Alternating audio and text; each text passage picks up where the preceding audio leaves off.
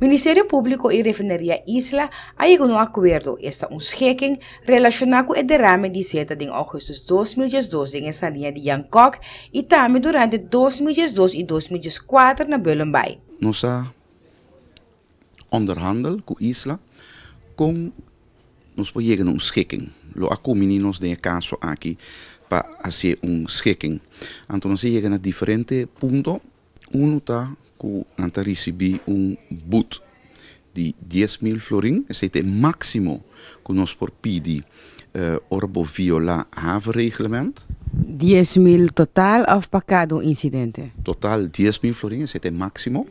Nós não podemos mais alto, leiting cambia para fazer esse mais alto. Então schikking também de inserar, a veiligheidsinspectie e gerência de Isla, também traz stappenplan com Isla.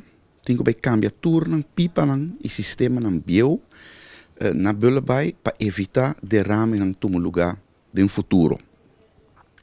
Também a palavra com Isla, que também direita, não estava também direita acaba para de uma forma acelerar o sistema de detecção e alarma riba na instalação fijo na Belembay. Detecção de água abrir na Bangkok também resulta problema. Bangkok Belembay. Isla também paga montante de 10.000 florin para take care de essa aqui, pero também pues a conexão de água abrir, não também take care de essa aqui para evitar Bambis que tem derrame, o problema não está concentrado em área de natureza.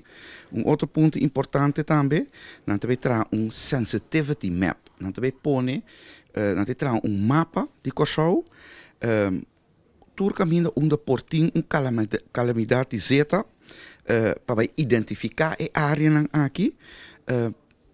Para dado caso, a trova tem derrame de seta por actuar rapidamente. Então, finalmente, também paga também, Isla também paga, e gasto para direito caminho na Bangkok, desassi de tour sushi e também a comprometer na mesa, que também manter a área de Bangkok, que está caibou de acordo de Ramsar, não também direito caminho e não desassi de sushi e não também manter a área aqui também. Leida do Ministério Público diferente maneira para atender com situação contra de lei.